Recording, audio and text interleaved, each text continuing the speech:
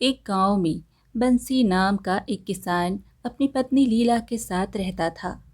बंसी की एक छोटी सी झोपड़ी थी जिसमें वे दोनों रहा करते थे। एक दिन की बात है, गांव में धान की रोपाई चल रही थी। सभी लोग सुबह सुबह अपने खेतों की ओर जाने लगे। तो बंसी भी खेत में जाने को तैयार हुआ और अपनी पत्नी लीला से बोला, भाग्यवान, मैं जा रहा हूँ खेत पर। तुम खाना लेकर वहीं आ जाना।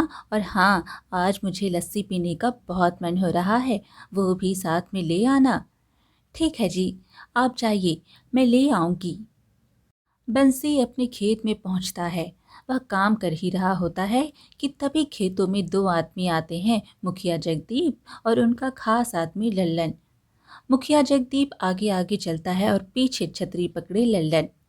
दोनों बंसी के खेत में पहुंचते हैं तो लल्लन ने धीरे से कहा, मालिक, यही है बंसी। हर साल इसकी फसल बहुत अच्छी होती है।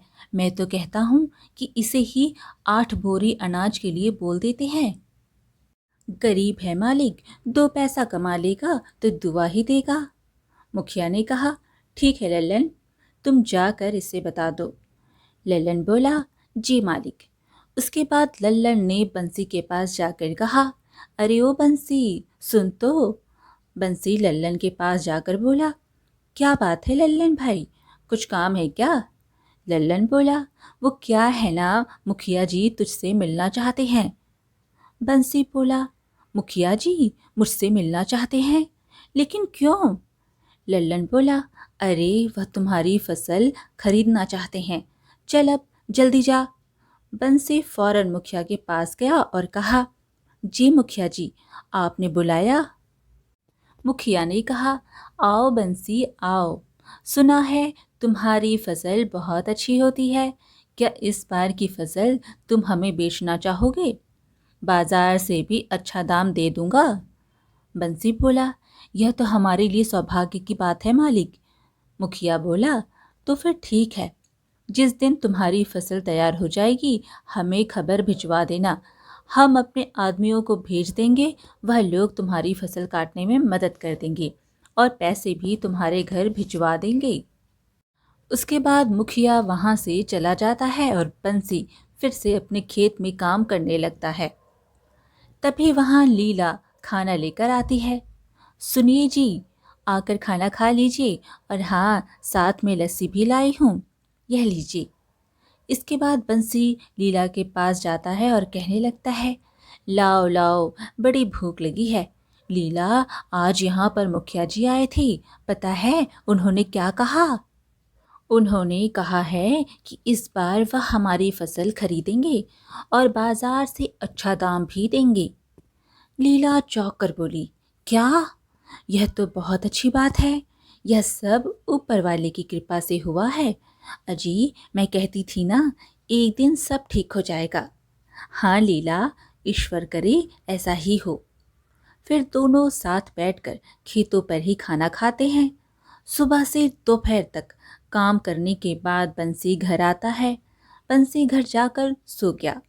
शाम को जब वह उठा तो बाहर के बगिया से सब्जियां तोड़े और लीला से कहा, सुन भाग्यवान, मैं सब्जियां को बाजार में बेच कर आता हूँ, ठीक है ना? लीला बोली, सुनिए जी, आप समय से घर आ जाइएगा, रात होने से पहले। बंसी बोला, ठीक है भाग्यवान। उसके बाद बाजार में सब्जियां बेचने के बाद बंसी को एक बूढ़ी औरत दिखती है जो मछलियां बेच रही थी। बंसी उसके पास जाकर बोला, मछली कैसे दे रही हो काकी? बेटा, भगवान की कृपा से आज तो मेरी सारी मछलियां बिक गई। अब शाम भी हो रही है और मुझे घर भी जाना है। एक काम करो, 100 रुपए में यह दोनों मछली ले जाओ। बंसी बोला, ठीक है, ये लो काकी 100 रुपए। उसके बाद बंसी अपने घर की ओर निकल पड़ता है। रास्ते में वो सोचते हुए जाता है, आज लीला से कहूंगा कि मछली बनाए शाम को। घर पहुंचकर बंसी बोला, अरे ओ भाग्यवान, कहाँ हो? ये लो मछली लाया हूँ, आज शाम को मछली ही बनाना, बहुत मन कर रहा है। लीला आई और बोली, हाँ जी ठीक है। मैं खाना बनाना शुरू करती हूँ, तब तक आप हाथ मुंह धो लीजिए। ठीक है। थोड़ी देर बाद बंसी खाना खाने लगा। अरे वाह भाग्यवान, तुम्हारा तो कुछ जवाब नहीं। कितना स्वादिष्ट मछली बनाई है। आहा, मजा आ गया। उसके बाद इस तरह से कई महीने बीत गए और बंसी की खेतों में सोने की तरह फसल उगाई। सुबह सुबह बंसी बोला, भाग्यवान, मैं खेत पर जा रहा हूँ। मुखिया के आदमी पहुँचते ही होंगे।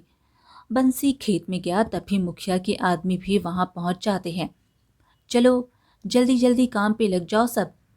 मालिक ने कहा है कि सारे फसलों की कटाई करके बंसी के घर पहुंचा देना। सबने मिलकर फसल काटी और 8 बोरियां तैयार कर दी। तभी वहां लीला भी आ जाती है। अरे ये क्या, इतनी जल्दी काम भी हो गया? बंसी बोला, इसलिए तो कहते हैं लीला कि एकता में बल है। जो काम मुझे अकेले करने में 2-3 दिन का समय लगता था, वह काम हम 4 लोगों ने मिलकर कुछ ही घंटे में कर दिया। इसके बाद सबने मिलकर बोरियां बंसी के घर तक पहुंचा दी। चलो भाई बंसी, अब हम चलते हैं। कल हम सब आके ये बोरियां सेठ के घर ले जाएंगे। बंसी बोला, चलो, आज का काम तो खत्म हुआ, अब बस कल का इंतज़ार है। उसने सारी बोरियां एक कमरे में रख दी और सोने चला गया। तभी आधी रात को बंसी के घर 3 चोर आते हैं। तीनों चोरों में से एक चोर ने कहा, मेरी बात ध्यान से सुनो, हमें पूरा काम करके ही लौटना है। खाली हाथ लौटे तो सरदार हमें छोड़ेंगे नहीं। वह चोर धीरे धीरे बंसी के घर से सारी बोरियां चुरा कर ले गए। अगली सुबह लीला चिल्लाने लगी, सुनिए जी, जल्दी उठिए, जल्दी उठिए, देखिए क्या हो गया। बंसी एकदम से घबरा कर उठा। क्या हुआ भाग्यवान, तुम इतना जोर से चिल्ला क्यों रही हो? लीला ने हाँफते हुए कहा, अजी, घर में से अनाज की सारी बोरियां चोरी हो गई हैं। बंसी बोला, क्या? ऐसा कैसे हो सकता है? लीला बोली, चलिए और खुद ही देख लीजिए। बंसी उस कमरे में जाता है तो सिर पर हाथ रखकर कहता है, हे भगवान, ऐसा कैसे हो गया? यह क्या हो गया मेरे साथ? हे भगवान, मैंने तो कभी किसी का बुरा नहीं चाहा, फिर यह सब मेरे साथ ही क्यों? चिंतित होकर बंसी घर के बाहर बैठ जाता है। तभी वहां मुखिया का खास आदमी लल्लन आया। अरे बंसी भाई, बोरियां तैयार है ना? बंसी दुखी होते हुए बोला, कल रात को ही मेरे घर से सारी बोरियां चोरी हो गई।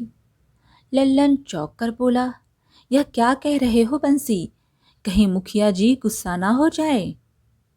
तुम तो उनका गुस्सा जानते ही हो, लेकिन फिर भी उनसे बात तो करनी ही पड़ेगी।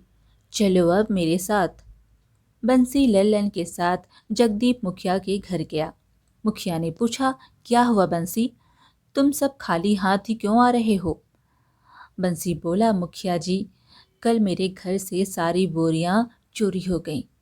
सुबह हमने देखा तो अनाज की सारी बोरियां गायब थी। मुखिया गुस्से से बोला, यह क्या मजाक है बंसी? कहीं अच्छे दाम के चक्कर में तुमने किसी और को तो नहीं बेच दी और मुझसे आकर झूठ बोल रहे हो? बंसी बोला, नहीं नहीं मुखिया जी, एक ही गांव में रहना है हम सबको, भला झूठ बोलकर कितने दिन बच पाऊंगा? मुखिया बोला, ठीक है, लेकिन अगर मुझे पता चला कि तुमने किसी और को बेचा है, तब देखना मैं क्या करता हूं तुम्हारे साथ। कुछ दिन तक बंसी और लीला बहुत उदास रहे। सब्जियां बेचकर घर में जो भी पैसे आते, बंसी उन्हें ही बहुत संभाल कर खर्च करता था। एक दिन बंसी खाना खाने बैठा और लीला भी उसके पास ही बैठी थी। सुनिए ना, कितने दिन हो गए हैं हमें इस तरह से सब्जियां बेचकर गुजारा करते हुए, लेकिन फिर भी हमारा घर नहीं चल पा रहा है। सिर्फ सब्जियां बेचकर हमारा गुजारा नहीं हो सकता। पहले तो हम अनाज बेचकर अपना गुजारा कर लेते थे, जिससे साल भर हमारा खर्च निकल जाता था, लेकिन अब तो हमें अगली फसल के पक जाने तक का इंतज़ार करना होगा। आप बताइए ना, ऐसे कैसे घर चलेगा?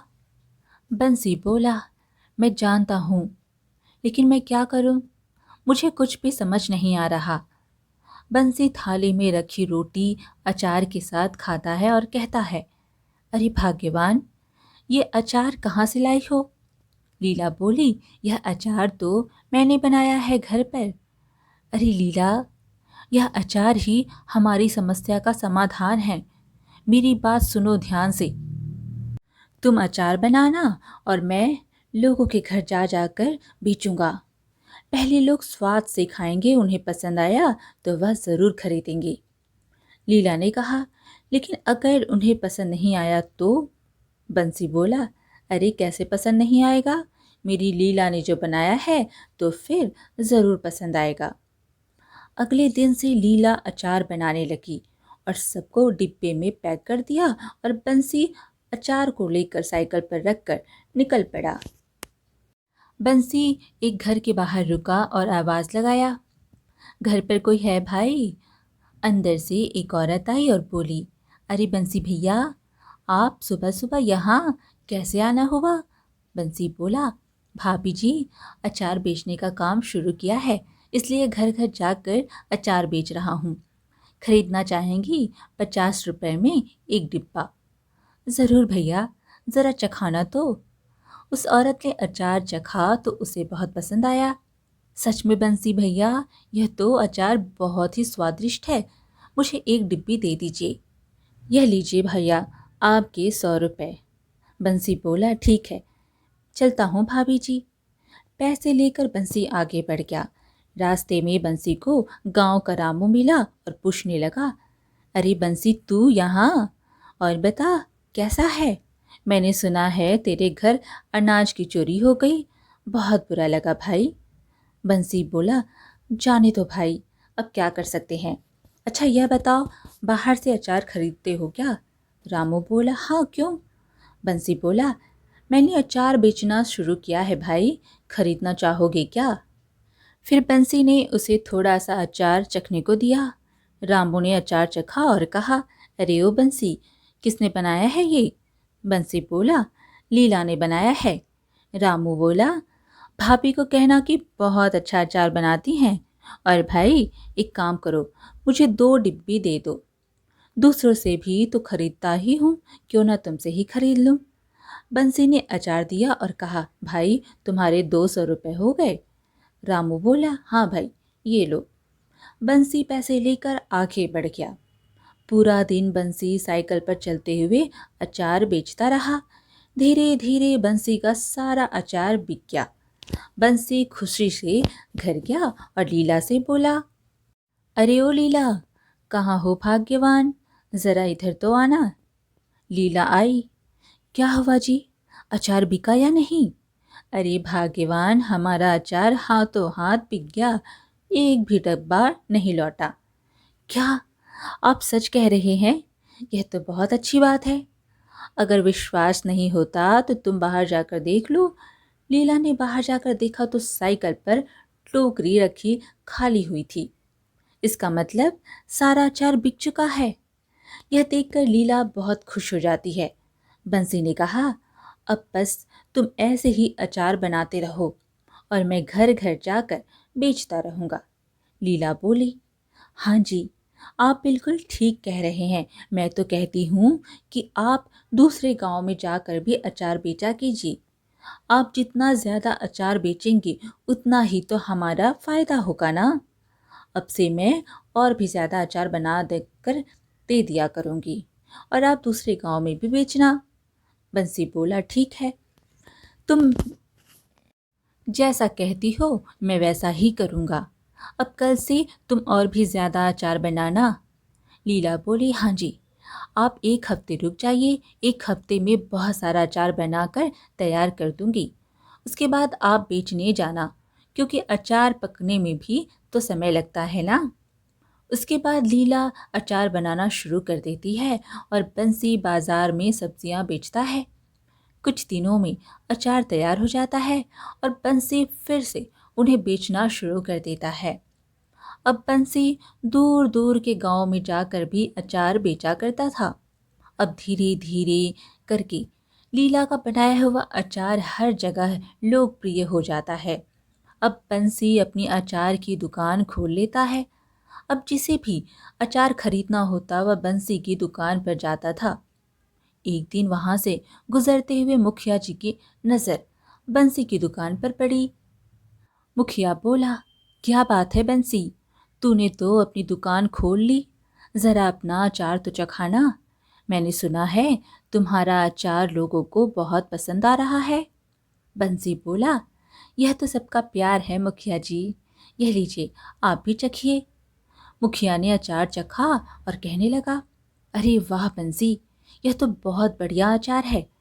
मेरे घर पर कुछ दिनों बाद भंडारा है, इसलिए कुछ दिनों बाद मेरे घर पर 30 किलो अचार भिजवा देना। मैं अपने आदमियों को तुम्हारे घर भिजवा दूंगा, वह जाकर अचार ले आएंगे और तुम्हारे पैसे भी दे देंगे। बंसी बोला, जी मुखिया जी। कुछ दिन ऐसे ही बीत जाते हैं। एक रात बंसी और लीला मुखिया के आदमियों का इंतजार कर रहे थे।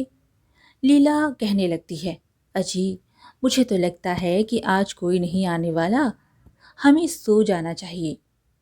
तुम ठीक कहती हो लीला, हमें सो जाना चाहिए। फिर दोनों सो जाते हैं। अगले दिन जब बंसी और लीला उठे तो घर में फिर से चोरी हो चुकी थी। इस बार अचार की चोरी हुई थी।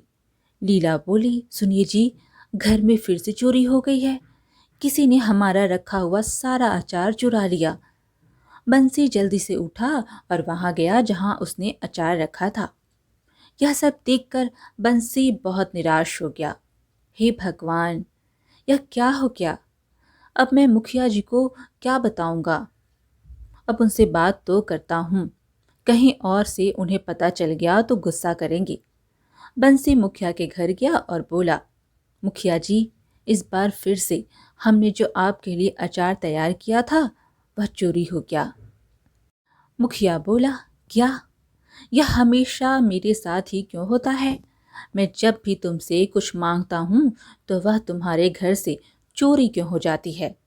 मुझे तो लगता है तुम अपना सामान मुझे बेचना ही नहीं चाहते। ठीक है, मैं आज के बाद कोई भी सामान तुमसे खरीदूंगा ही नहीं, जाओ। बंसी बोला, ऐसी बात नहीं है मुखिया जी, आप खुद ही सोचिए ना, मैं भला आपसे दुश्मनी क्यों मोड़ लूंगा? आप चिंता मत कीजिए, मैं फिर से आपके लिए 30 किलो अचार तैयार करता हूँ। मुखिया बोला, ठीक है, मगर इस बार कुछ हुआ तो तुम देख लेना, अच्छा नहीं होगा। बंसी अपने घर गया और चिंता में डूब गया। इस बार बंसी ने ढेर सारे डिब्बों को एक साथ रखा और सोने चला गया। अचानक रात को चिल्लाने की आवाज आई, अरे ये क्या कर दिया, कोई बचाओ हमें, पानी, अरे कोई पानी दो हमें, मेरी आंखें जल रही हैं। बंसी ने जाकर देखा, जहां उसने अचार की डिबिया रखी थी तो सारे के सारे चोर दर्द से चिल्ला रहे थे, पानी पानी। बंसी बोला, अब आया ना मजा, तुम लोगों को तो जैसे आदत ही पड़ गई थी मेरे घर में चोरी करने की। क्या मजा आता है तुम्हें यह सब करने में? जितना दिमाग चोरी करने में लगाते हो उसकी जगह कुछ और कर लेते ना तो अभी इज्जत की जिंदगी जी रहे होते, पर नहीं, तुम्हें तो चोरी ही करनी है। अब मलते रहो अपनी आंख। चलो बताओ, क्यों चोरी कर रहे थे? किसने कहा था तुम्हें यह सब करने को? चोरों ने कहा, यह सब हम अपनी मर्जी से नहीं कर रहे थे, यह सब हमने लल्लन के कहने पर किया है। बंसी चौंक कर बोला, क्या कहा तुमने? लल्लन? भला उसे क्या जरूरत पड़ गई? चोर बोला, वो सब मुझे नहीं पता, हम लोग को माफ कर दीजिए, पुलिस को मत बुलाइएगा।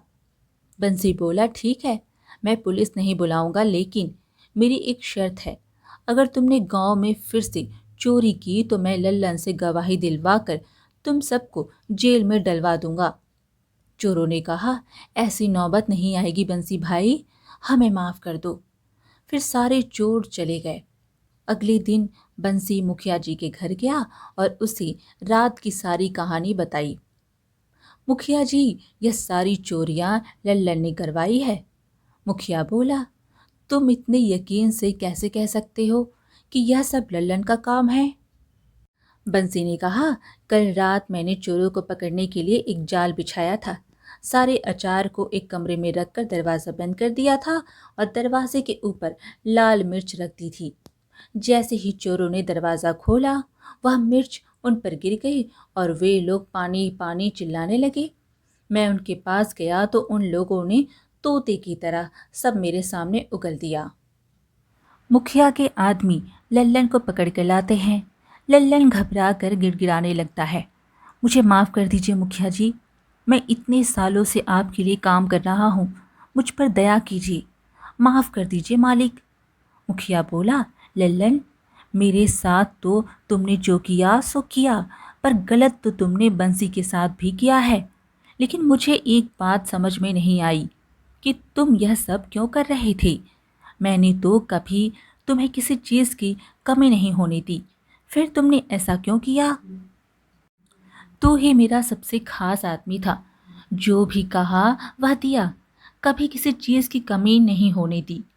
फिर भी जब भी मैं कुछ मंगवाता था तो उसे एक रात पहले चोरी क्यों करवा देता था? बताने की हिम्मत रखता है तो सच सच बता। लल्लन बोला, मालिक, आपने सही कहा, आपने कभी कोई कमी नहीं होने दी, लेकिन मेरा मन हमेशा डरता रहता था कि अगर एक दिन आपने मुझे निकाल दिया तो मैं क्या करूँगा। इसलिए मैं पहले ही चीज़ें चोरी करवा देता था ताकि मैं खुद टिक सकूं। गलत किया मालिक, पर डर से किया। मुझे माफ़ कर दो बंसी भाई। बंसी बोला, यह सब तुम कर रहे थे लल्लन, और मैं इतने दिनों से परेशान था। मानता हूँ यह सब तुमने डर से किया, लेकिन मैं तुम्हें माफ़ नहीं कर सकता। मैं नहीं चाहता कि गांव में और किसी के साथ भी ऐसा हो। सबके पास यह सबक पहुंचना चाहिए, इसलिए मुझसे किसी माफ़ी की उम्मीद मत रखना। तभी पुलिस वाले आते हैं और लल्लन को अपने साथ गिरफ्तार करके ले जाते हैं। बंसी ने मुखिया के आदमियों को कहा, भाइयों, अचार ले आओ। मुखिया के आदमी ढेर सारा अचार ले आए। यह लीजिए मुखिया जी, इस बार हमारा सामान आपके घर तक पहुंच ही गया। मुखिया बोला, हाँ बंसी, यह लो तुम्हारे पैसे। तुम सच में मेहनती और ईमानदार किसान हो। बंसी बोला, आपका बहुत बहुत शुक्रिया मुखिया जी, अब मैं चलता हूँ। फिर बंसी अपने घर लौट गया और इसके बाद से उसके घर में कभी कोई चोरी नहीं हुई और बंसी का काम भी अच्छे से चलने लगा। आज की कहानी यहीं पर समाप्त हुई। फिर मिलेंगे एक और कहानी के साथ। कहानी पसंद आए तो लाइक शेयर ज़रूर करें और चैनल को सब्सक्राइब करना बिल्कुल ना भूलें। धन्यवाद।